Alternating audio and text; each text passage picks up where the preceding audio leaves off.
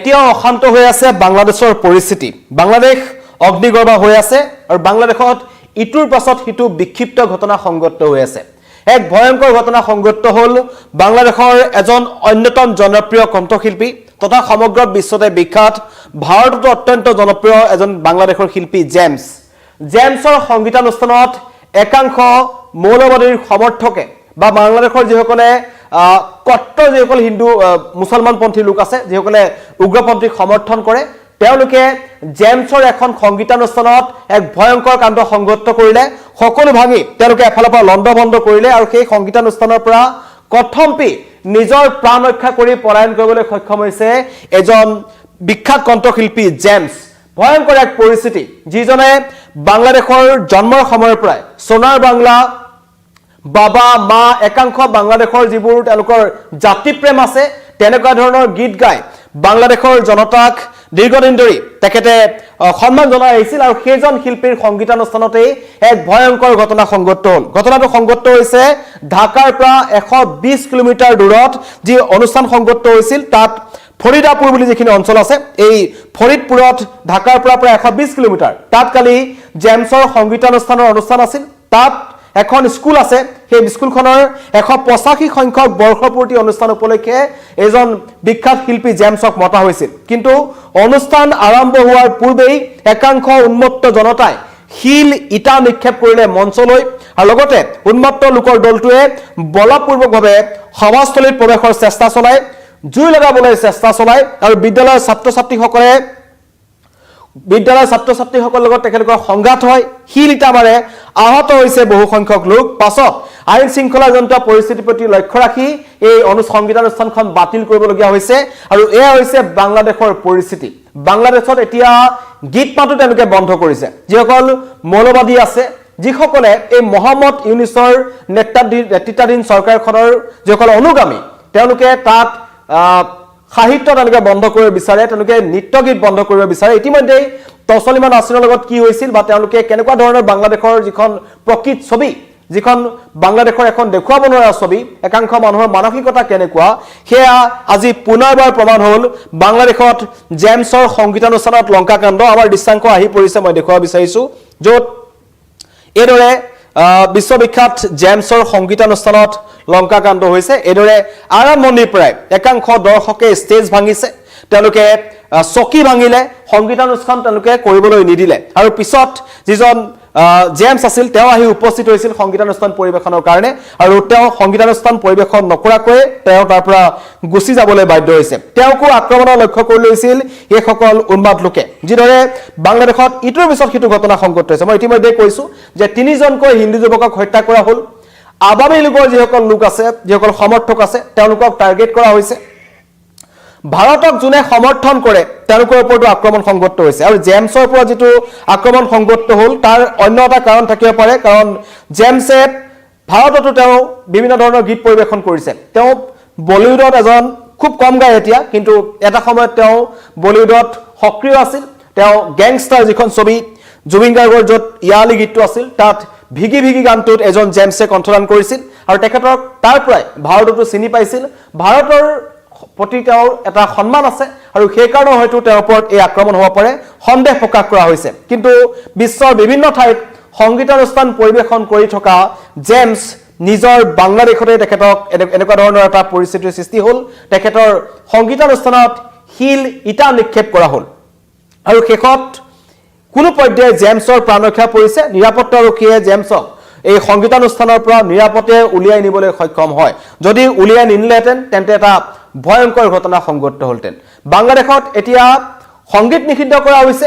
বাংলাদেশত সকলো নিষিদ্ধ কৰা হৈছে সংগীতানুষ্ঠানো তাত এতিয়া শিল্পীসকলে কৰিব নোৱাৰে আৰু ইতিমধ্যেই এই ঘটনাক লৈ তীব্ৰ সমালোচনা কৰিছে তছলিমা নাছিনে বাংলাদেশৰ সাউনাত থকা এটা সাংস্কৃতিক কেন্দ্ৰ একাংশ লোকে জ্বলাই দিছিল তাৰ পিছতো তেওঁ কিন্তু বাংলাদেশৰ এই মহম্মদ ইউনুছৰ চৰকাৰখনক তীব্ৰ সমালোচনা কৰিছে বাংলাদেশৰ যি অৰাজক পৰিস্থিতি আছে সেয়া নিয়ন্ত্ৰণত যে তেওঁলোক সম্পূৰ্ণভাৱে ব্যৰ্থ হৈছে সেই কথা তেওঁলোকে বাৰম্বাৰ তছলিমা নাছিনে উল্লেখ কৰিছে এয়া হৈছে বাংলাদেশৰ পৰিস্থিতি বিশ্ববিখ্যাত শিল্পী জেমছৰ সংগীতানুষ্ঠানত একাংশৰ আক্ৰমণ আৰু সেই আক্ৰমণৰ পাছতেই বাংলাদেশৰ পৰিস্থিতি কেনেকুৱা হেতু পুনৰবাৰ প্ৰমাণ হৈছে কাৰণ 18 ডিসেম্বৰৰ পৰা ইতিমধ্যে কৈছো যে আগৰ পৰাই বাংলাদেশ জ্বলি আছিল আগষ্ট মাহৰ পৰাই বাংলাদেশত এটা ছাত্ৰ আন্দোলন তেওঁলোকৰ হ'ল আৰু ছাত্ৰ আন্দোলন যেটা শেষ হ'ল তেওঁলোকে শেখ হাসিনাৰ চৰকাৰ উফৰাই পঠালে আৰু তেওঁলোকে ক'লে যে নহয় আমি নতুন বাংলাদেশ গঠন কৰিম নতুন বাংলাদেশ গঠন কৰি আমি পূৰ্বৰ যিবোৰ আছে 1971 সময়ৰ বা শেখ হাসিনাৰ চৰকাৰৰ যিবোৰ আছিল সকলো এফালৰ পৰা তেওঁলোকে শেষ কৰি পেলাব নতুন বাংলাদেশ তেওঁলোকে গঠন কৰিব নতুন প্ৰজন্মই তাৰ নেতৃত্ব দিব আৰু নেতৃত্ব দিবলৈ যোৱাৰ সময়ত আমি দেখিলো যে নেতৃত্ব দিয়াৰ নামত বাংলাদেশত প্ৰকৃততে হ'ল কি মহম্মদ ইউনিছে মৌলবাদী যিবোৰ সংগঠন আছে বা যিবোৰ উগ্ৰপন্থী সংগঠন আছে তেওঁলোকক বৰপিৰা পাৰি দিলে ৰঙা দলিচা পাৰি দিলে যে আহক বাংলাদেশৰ মাটি আপোনালোকে ব্যৱহাৰ কৰক আৰু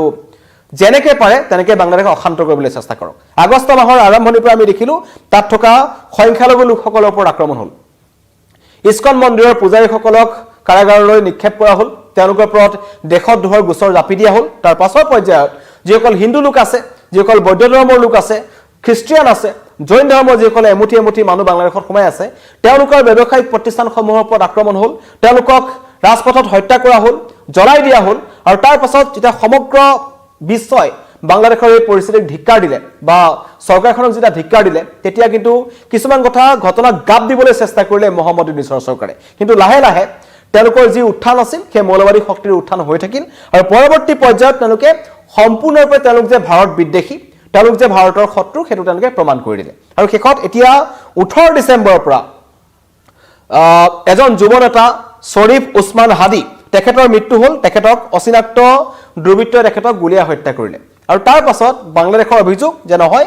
ভাৰত ইয়াত জড়িত আছে তাৰ পাছতে কিন্তু সমগ্ৰ বাংলাদেশত ভাৰত বিৰোধী এটা প্ৰতিবাদ চলি আছে ভাৰত বিৰোধী ঢৌ চলি আছে তাৰ মাজতে এটা ভয়ংকৰ পৰিস্থিতিৰ সৃষ্টি হ'ল বাংলাদেশৰ এজন অন্যতম জনপ্ৰিয় কণ্ঠশিল্পী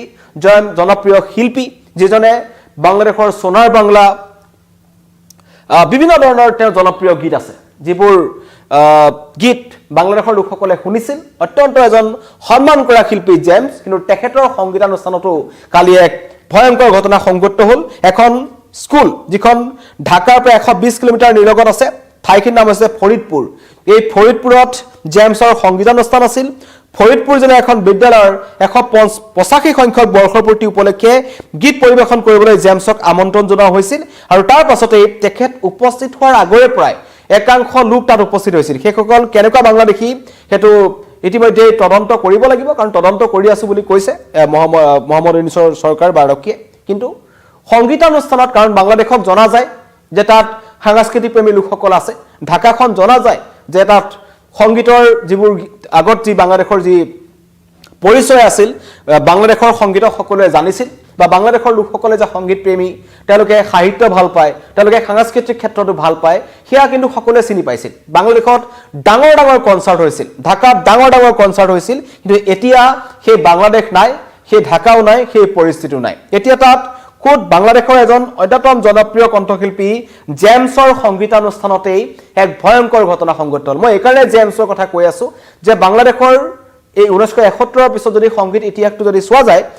এজন অন্যতম জনপ্ৰিয় আটাইতকৈ ডাঙৰ শিল্পী ৰকষ্টাৰ বাংলাদেশৰ এজন হৈছে জেমছ সকলোৱে তেখেতক চিনি পায় মই ইতিমধ্যে কৈছো বলিউডতো তেওঁ দবদপাই আছিল জুবিন দা যেতিয়া বলিউডত এক্টিভ হৈ আছিল জুবিন গাৰ্গৰ একদম সমান্তৰালকৈ জেমছক আমি দেখিবলৈ পাইছো বলিউডত কাৰণ গ্যাংষ্টাৰ প্ৰীতম হতে যি প্ৰীতম চক্ৰৱৰ্তী যিজন বলিউডৰ এটা অন্যতম জনপ্ৰিয় কণ্ঠ সংগীত পৰিচালক তেখেতে জেমছৰ বেণ্ডত এটা সময়ত বাঁহী বজাইছিল এনেকুৱা এজন শিল্পী হৈছে এজন জেমছ আৰু সেইজন জেমছৰ সংগীতানুষ্ঠানত বাংলাদেশৰ একাংশ নাগৰিকে শিল ইটা বৰ্ষণ কৰিছে এয়া জেমছৰ প্ৰতি এটা চৰম অপমান আৰু এই ঘটনাৰ পাছত তছলিমা নাছিনে এটা প্ৰতিক্ৰিয়া প্ৰকাশ কৰিছে যে বাংলাদেশত এতিয়া সাংস্কৃতিক ক্ষেত্ৰত কাম কৰাৰ কোনো ধৰণৰ পৰিবেশ নাই তাত কেৱল এতিয়া মৌলবাদীৰ উত্থান চলিছে মৌলবাদী শক্তিসমূহৰ তাত দবদপনি চলিছে ভাৰত বিৰোধী শক্তি প্ৰতিষ্ঠানসমূহ সোমাই আছে ঢৌ উঠি আছে আৰু আক্ৰমণ কিহৰ কাৰণে হ'ল সেইটো এতিয়া স্পষ্ট হোৱা নাই কি কাৰণত তাত আক্ৰমণ কাৰণ হ'বলগীয়া একো নাছিল তাত বাংলাদেশৰ নাগৰিকে পাতিছে এনেকুৱা নহয় যে তাত হিন্দু লোকসকলে কাৰণ এতিয়া আমি বাংলাদেশৰ কথা যদি ক'বলৈ যাওঁ তাত হিন্দু লোকসকলৰ ওপৰত আক্ৰমণ হৈ আছে সংখ্যালঘু যিসকল হিন্দু আছে খ্ৰীষ্টানসকলৰ ওপৰত আক্ৰমণ হৈছে বৌদ্ধ ধৰ্মৰ লোকসকলৰ ওপৰত আক্ৰমণ হৈছে কিন্তু এই ঢাকাৰ যি ফৰিদপুৰ বুলি যিটো অঞ্চল আছে যেটো 120 কিলোমিটাৰ ঢাকাৰ পৰা এয়া তাত এখন পুৰণি স্কুল 185 বছৰ সেই স্কুলখনে গঢ়কিছিল সেই স্কুলখনৰ 185 বছৰ বৰ্ষপূৰ্তিৰ কাৰণে সংগীতানুষ্ঠানৰ আয়োজন কৰা হৈছিল প্ৰশাসনক কোৱা হৈছিল সকলো ধৰণৰ যাৱতীয় ব্যৱস্থা কৰা হ'ল লাইটো জ্বলিলে দৃশ্যাংশ আহিছে তাৰ পাছত হঠাৎ একাংশ মৌলবাদী সমৰ্থক তাত উপস্থিত হৈছিল এই সকল হয়তো মহম্মদ ইউনুছৰ চৰকাৰৰ সমৰ্থক যিসকলে বাংলাদেশক অগ্নিগৰ্ভ কৰি আছে তেওঁলোকে আহি তেওঁলোকৰ অন্যতম জনপ্ৰিয় আটাইতকৈ জনপ্ৰিয় শিল্পীজনৰ সংগীতানুষ্ঠানত এই লংকাকাণ্ড কৰিলে আৰু পুনৰবাৰ সমগ্ৰ বিশ্ববাসৰ সন্মুখত বাংলাদেশক তেওঁলোকে লজ্জানত কৰিছে লাজত পেলাইছে যে বাংলাদেশৰ সংগীতানুষ্ঠানত এনেকুৱা ধৰণৰ ঘটনা সংঘটিত হৈছে কাৰণ বাংলাদেশত ইয়াৰ আগতে ডাঙৰ ডাঙৰ সংগীতানুষ্ঠান হৈ গৈছে বিশ্বৰ বিভিন্ন ধৰণৰ বাউল শিল্পীসকল যায় বিভিন্ন ধৰণৰ ফক আৰ্টিষ্টসকল তাত যায় বিভিন্ন ধৰণৰ ফক ইভেন্ট তাত হয় বিভিন্ন ধৰণৰ সংগীতানুষ্ঠান তাত হয় কিন্তু এতিয়া বাংলাদেশত কি হৈ আছে সেই আপোনালোকক দৃশ্যাংশ দেখুৱাই আছো অগ্নিগৰ্ভ বাংলাদেশ জেমছৰ সংগীতানুষ্ঠানত শিলিটা নিক্ষেপ কৰা হ'ল আৰু কথম্পি প্ৰাণ ৰক্ষা পৰিছে বাংলাদেশৰ অন্যতম জনপ্ৰিয় কণ্ঠশিল্পী তথা বিশ্বৰ সকলোৱে জানে এজন ৰকষ্টাৰ হিচাপে আৰু বাংলা গানৰ এজন অন্যতম ৰকষ্টাৰ যিজন কণ্ঠশিল্পী জেমছ তেখেতৰ সংগীতানুষ্ঠানত এই লংকাকাণ্ড হ'ল আৰু তেওঁৰ কথম্পি প্ৰাণ ৰক্ষা পৰিছে তেখেতৰ সংগীতানুষ্ঠানত আক্ৰমণৰ পাছতে সকলোৱে ধিক্কাৰ দিছে বাংলাদেশৰ এই মানসিকতাৰ লোকসকলক যোনসকলে সংগীতানুষ্ঠান নিষিদ্ধ কৰিছে তেওঁলোকে সাহিত্যৰ চৰ্চা তেওঁলোকে নিষিদ্ধ কৰিছে আৰু বাংলাদেশক লাহে লাহে মৌলবাদী ঘাটিলৈ তেওঁলোকে পৰিণত কৰিছে ইতিমধ্যেই বাংলাদেশ মৌলবাদীৰ হটস্পট হিচাপে পৰিণত হৈছে ধন্যবাদ